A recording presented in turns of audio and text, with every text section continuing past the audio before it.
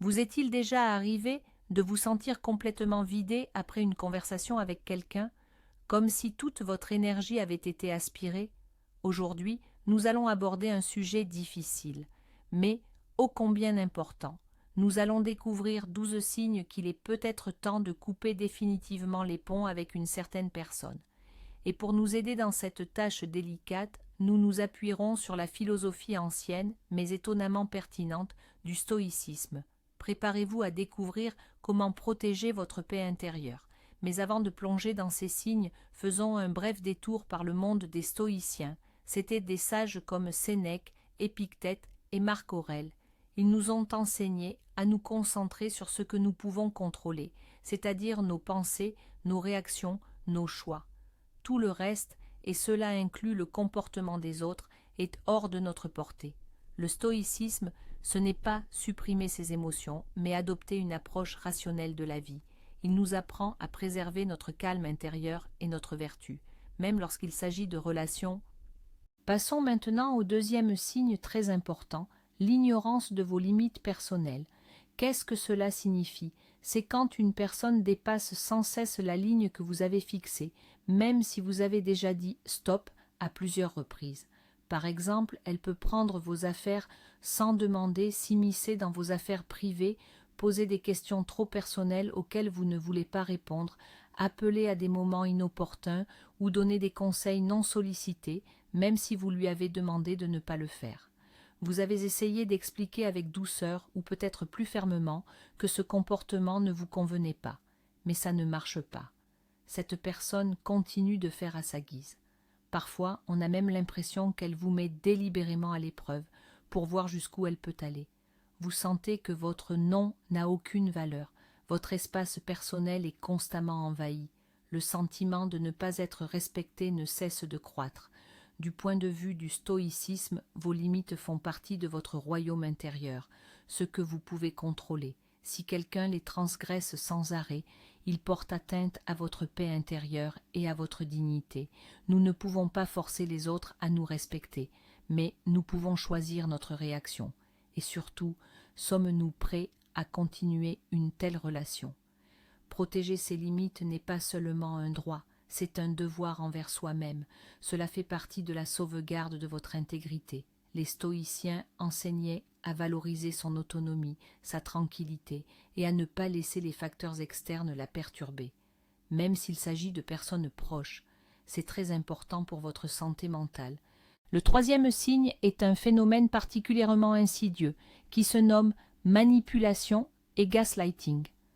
Avez-vous déjà eu l'impression de commencer à douter de votre propre mémoire ou de votre perception de la réalité? C'est précisément cela, le gaslighting. Votre interlocuteur peut dire « ça n'est pas arrivé », alors que vous vous souvenez pertinemment que si, ou encore « vous inventez tout, vous avez imaginé, vous êtes trop émotif, émotive ». L'objectif du gaslighting est de vous faire douter de vous-même, de vous rendre dépendant et de l'opinion d'autrui. La manipulation, quant à elle, est un concept plus vaste. C'est lorsqu'une personne utilise la ruse, le mensonge ou joue sur vos émotions pour arriver à ses fins. Elle peut provoquer chez vous un sentiment de culpabilité, ou exploiter votre pitié, se faire passer pour une victime, ou, à l'inverse, user de son autorité pour faire pression. Tout cela est fait pour que vous agissiez dans son intérêt et non dans le vôtre.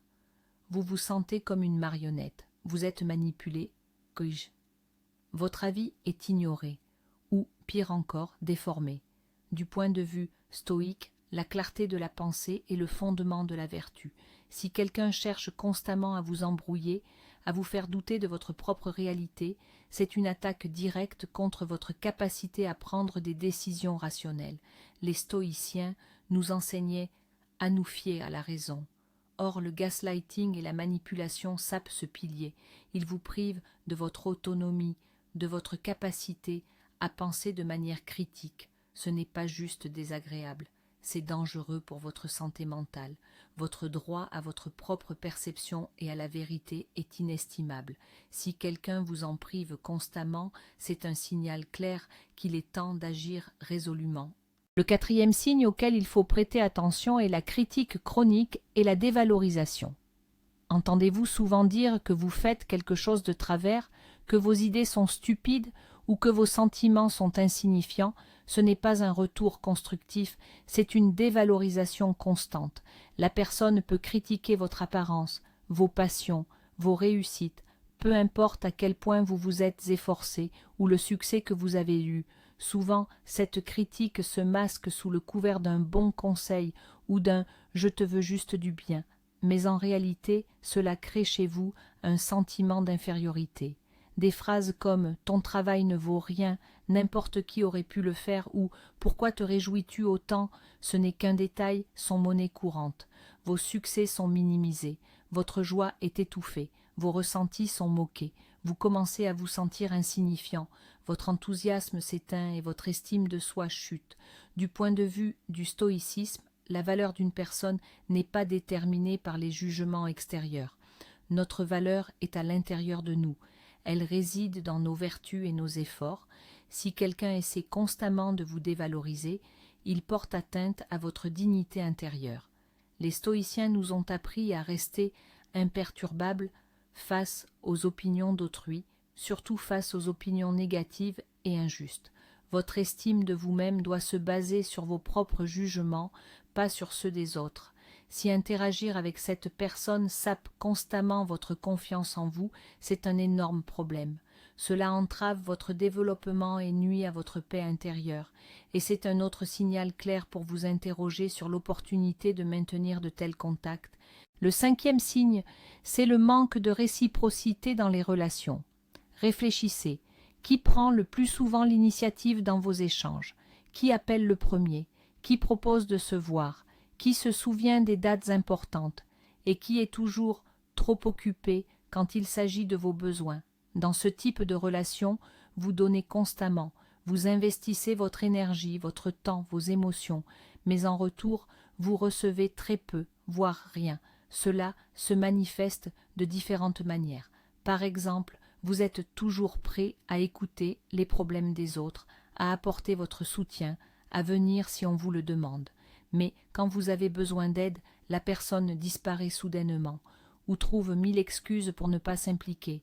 Vos demandes sont ignorées, vos problèmes sont minimisés.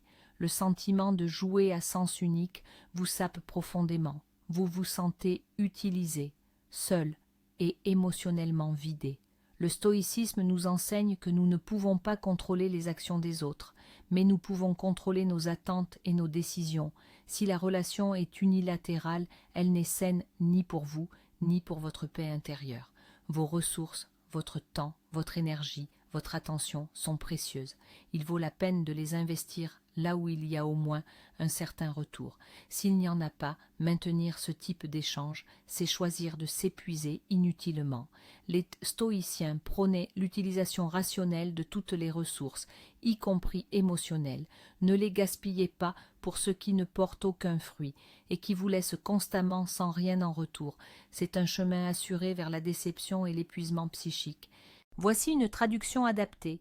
Un 6e signe qui doit vous alerter, ce sont les situations dramatiques constantes.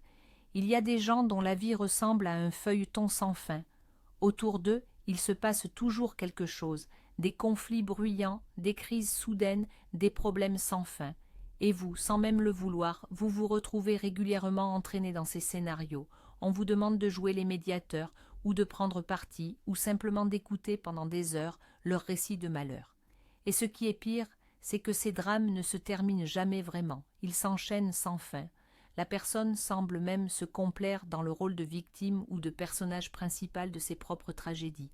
Et vous devenez malgré vous un acteur de ce spectacle permanent. Votre tranquillité est constamment perturbée. Votre temps est englouti par les problèmes des autres, des problèmes qui, probablement, ne seront jamais résolus. Vous vous sentez sans cesse sur le qui-vive, toujours sur vos gardes, en attente de la prochaine catastrophe. C'est épuisant et ça vous empêche de vous concentrer sur votre propre vie. D'un point de vue stoïcien, l'objectif est l'imperturbabilité et la sérénité. Si une personne génère continuellement du chaos autour d'elle, elle vient inévitablement perturber votre harmonie intérieure. Les stoïciens nous apprennent à distinguer ce qui dépend de nous de ce qui n'en dépend pas. Les drames des autres, leurs choix, Tout cela échappe à notre contrôle. Permettre qu'ils envahissent sans cesse votre vie, c'est renoncer à votre propre paix intérieure. Il n'est pas de votre ressort d'être le sauveur permanent ou le spectateur des crises interminables des autres. Votre but est de préserver votre clarté d'esprit et votre tranquillité d'âme. Et si quelqu'un vous empêche continuellement d'atteindre cet objectif, alors il est peut-être temps de prendre vos distances avec ce drame incessant. Le 7e signe, souvent révélateur de problèmes dans une relation, est le manque de respect pour votre temps et vos projets. Vous est-il déjà arrivé que la personne arrive systématiquement en retard au rendez-vous où vous êtes à l'heure, ou qu'elle annule à la dernière minute sans raison valable, peut-être même qu'elle fixe un rendez-vous et l'oublie complètement, ou qu'elle le reporte plusieurs fois de suite, et ce, sans vous prévenir à l'avance. Cela va au-delà des simples rendez-vous. La personne peut vous appeler tard le soir ou très tôt le matin, ignorant votre rythme de vie. Elle peut vous détourner de vos activités importantes, considérant ses propres besoins comme prioritaires. Elle peut monopoliser votre temps avec des conversations ou des demandes sans fin, sans se soucier du fait que vous avez aussi vos propres affaires, vos projets, votre vie. Vous avez le sentiment que votre temps n'a pas de valeur, qu'il ne compte pas pour elle. Vous avez l'impression d'être utilisé, ou tout simplement pas respecté. Selon le stoïcisme, le temps est l'une de nos ressources les plus précieuses et les plus limitées. Sénèque, l'un des plus grands stoïciens, a souvent écrit sur la brièveté de la vie et l'importance d'utiliser chaque instant avec sagesse. Si quelqu'un dilapide constamment votre temps, cette personne empiète sur votre vie, sur votre capacité à vous consacrer à ce qui compte pour vous. Les stoïciens nous exhortaient à la discipline et à la maîtrise de soi, y compris dans la gestion de notre temps. Permettre aux autres de traiter votre temps avec négligence, c'est ne pas accorder de valeur à son propre temps. Si ce comportement est récurrent, c'est un signal d'alarme clair. Cette personne ne vous respecte pas plus que votre temps. Il est temps de protéger cette ressource précieuse. Le 8e signe, celui qui mine souvent même les liens les plus solides, c'est l'envie et la compétition au lieu du soutien. Quand vous avez une réussite professionnelle, quand vous faites un bel achat, quand vous partagez une bonne nouvelle, et qu'en retour vous entendez « Ah, tu as juste eu de la chance » ou « Moi je n'y arriverai pas » ou bien la personne commence tout de suite à raconter ses réussites qu'elle juge plus importantes, ou au contraire, elle essaie de minimiser les vôtres. Quand vous parlez de vos succès, au lieu d'une joie sincère, vous ressentez une tension. Vous sentez que la personne ne vous soutient pas. Elle semble plutôt être en compétition avec vous. Vos victoires l'irritent, et vos échecs lui procurent un plaisir caché. Cela ne ressemble en rien à de l'amitié ou à une relation saine, car le vrai soutien, c'est la capacité de se réjouir sincèrement pour l'autre. C'est de l'empathie, c'est de l'aide, pas l'envie de surpasser, ni la joie malsaine. Selon le stoïcisme, l'envie est l'une des passions qui empêchent d'atteindre la paix intérieure. Elle est destructrice, tant pour celui qui l'éprouve que pour celui qui en est la cible. Les stoïciens enseignaient que les biens extérieurs, comme le succès ou la richesse, ne constituent pas le bien véritable. Le bien véritable, c'est la vertu. Si une personne envie constamment vos réalisations, elle ne valorise pas les valeurs profondes, et elle n'est pas capable de partager votre joie. Au lieu de vous inspirer, elle vous tire vers le bas. Ce genre d'interaction ne favorise pas votre épanouissement et n'apporte aucune satisfaction. Au contraire, cela sape votre confiance et empoisonne l'atmosphère. Il est peut-être temps de se demander si ce genre de compétition a sa place dans votre vie. Le 9e signe, qui puise souvent toute votre énergie, ce sont les plaintes constantes sans réelle volonté de changer quoi que ce soit. Vous connaissez ce genre de personnes ? Leur vie n'est qu'une succession de problèmes. C'est toujours la faute de quelqu'un d'autre. Le temps est mauvais, le chef est un tyran, le gouvernement est injuste. Et vous devenez leur épaule sur laquelle pleurer. Vous écoutez leurs lamentations pendant des heures. Vous proposez des solutions, vous donnez des conseils, et en retour vous entendez « oui, mais » ou « ça ne marchera pas ». En réalité, la personne ne veut pas vraiment changer. Elle ne fait aucune tentative pour améliorer sa situation. Elle veut juste se plaindre et être écoutée. Elle semble même se complaire dans son rôle de victime. et votre rôle se réduit à celui d'une oreille attentive et d'un consolateur éternel. Vous dépensez votre énergie sur des problèmes qui ne vous concernent pas et qui ne mènent à rien, et vous vous sentez impuissant, parce que vos conseils sont ignorés et la situation ne change jamais. Du point de vue du stoïcisme, nous ne pouvons contrôler que nos propres actions et notre attitude. Les plaintes sans action sont une perte de temps et d'énergie, autant pour vous que pour celui ou celle qui se plaint.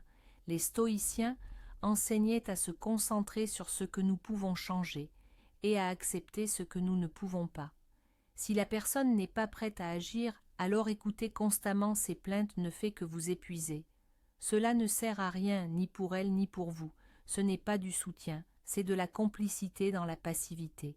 Votre temps et votre énergie sont trop précieux pour les gaspiller dans ce qui ne mène à aucun progrès. Protégez vos ressources mentales de ce flot infini de négativité. Le 10e signe qui peut indiquer qu'il est nécessaire de prendre vos distances, c'est la tentative de contrôler votre vie. Avez-vous déjà rencontré quelqu'un qui vous dit constamment comment vivre, ce que vous devez faire, avec qui être ami, quel travail choisir, même si vous n'avez rien demandé? Cette personne peut critiquer vos décisions, imposer son opinion, ou même essayer de vous manipuler pour que vous agissiez selon ses instructions. Cela se manifeste aussi bien dans les petites choses que dans les grandes décisions de vie comme « tu devrais changer de coupe de cheveux, ce travail n'est pas fait pour toi, pourquoi n'es-tu pas encore marié ?» Elle ou il peut appeler pour savoir où vous êtes, avec qui vous êtes, pourquoi vous n'avez pas fait ce qu'elle ou il jugeait nécessaire. Vous vous sentez constamment surveillé, comme si vous n'aviez pas le droit à vos propres décisions, à votre liberté. Cela met une pression énorme et vous donne le sentiment de ne pas être autonome. Du point de vue du stoïcisme, l'autonomie et le libre arbitre sont des concepts clés. Les stoïciens nous ont appris que la seule chose que nous contrôlons vraiment, ce sont nos pensées et nos actes. Permettre à quelqu'un d'autre de diriger votre vie, c'est renoncer à votre liberté, à votre dignité et à votre capacité de vivre en accord avec votre propre vertu. Votre vie est votre responsabilité et votre choix. Si quelqu'un essaie constamment de vous priver de ce contrôle, il porte atteinte au fondement même de votre monde intérieur. C'est un signal sérieux. Ignorer ce signe est dangereux pour votre estime de soi et votre bonheur. Le 11e signe qui détruit toute relation saine est le mensonge et le manque de sincérité. La confiance, c'est la base. Si vous surprenez constamment cette personne en train de mentir, ce fondement s'écroule. Et peu importe l'ampleur du mensonge, il peut s'agir de petits bobards ou de graves distorsions de la réalité. Le principal, c'est que vous commencez à douter de chaque parole, de chaque histoire qu'elle raconte. Vous sentez que cette personne n'est pas honnête avec vous, qu'elle cache quelque chose, ou qu'elle cherche délibérément à vous induire en erreur. Peut-être ment-elle non seulement à vous, mais aussi aux autres, et vous en devenez involontairement témoin, ou même selon son intention complice. Cela crée une tension constante. Vous ne pouvez pas vous détendre en sa présence. Vous analysez sans cesse si c'est la vérité ou pas. Ce genre d'échange n'apporte rien d'autre que de l'anxiété et de la déception.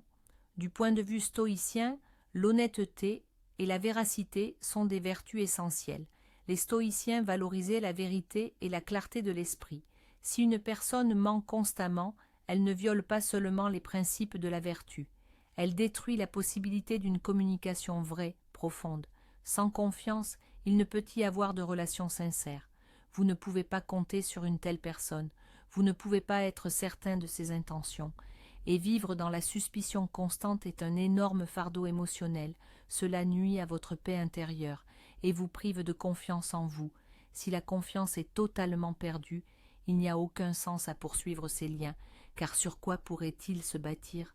Et enfin, le 12e et sans doute le plus important, signe qui résume tous les précédents, vous vous sentez mal après l'interaction. C'est une règle simple mais puissante. Après une conversation ou une rencontre avec cette personne, comment vous sentez-vous? Vous sentez-vous vidé, abattu, irrité ou peut-être pas sûr de vous? Votre bien-être, votre estime de vous-même, votre paix intérieure, tout cela en pâtit. Si avant l'interaction vous étiez de bonne humeur, et qu'après vous vous sentez épuisé ou abattu, c'est un signal d'alarme. Ce n'est pas juste de la fatigue, c'est un dommage émotionnel. Ces interactions constantes qui mènent à un tel résultat vous épuisent, elles nuisent à votre santé mentale. Vous commencez à redouter ces rencontres ou à vous y préparer à l'avance, comme si c'était une lourde épreuve. Du point de vue du stoïcisme, notre objectif principal est d'atteindre la vertu et l'eudaimonia, c'est-à-dire la vraie prospérité, ou une existence heureuse et pleine de sens. Si quelqu'un fait constamment obstacle à cela, en sapant votre bien-être, alors cette interaction est incompatible avec votre objectif.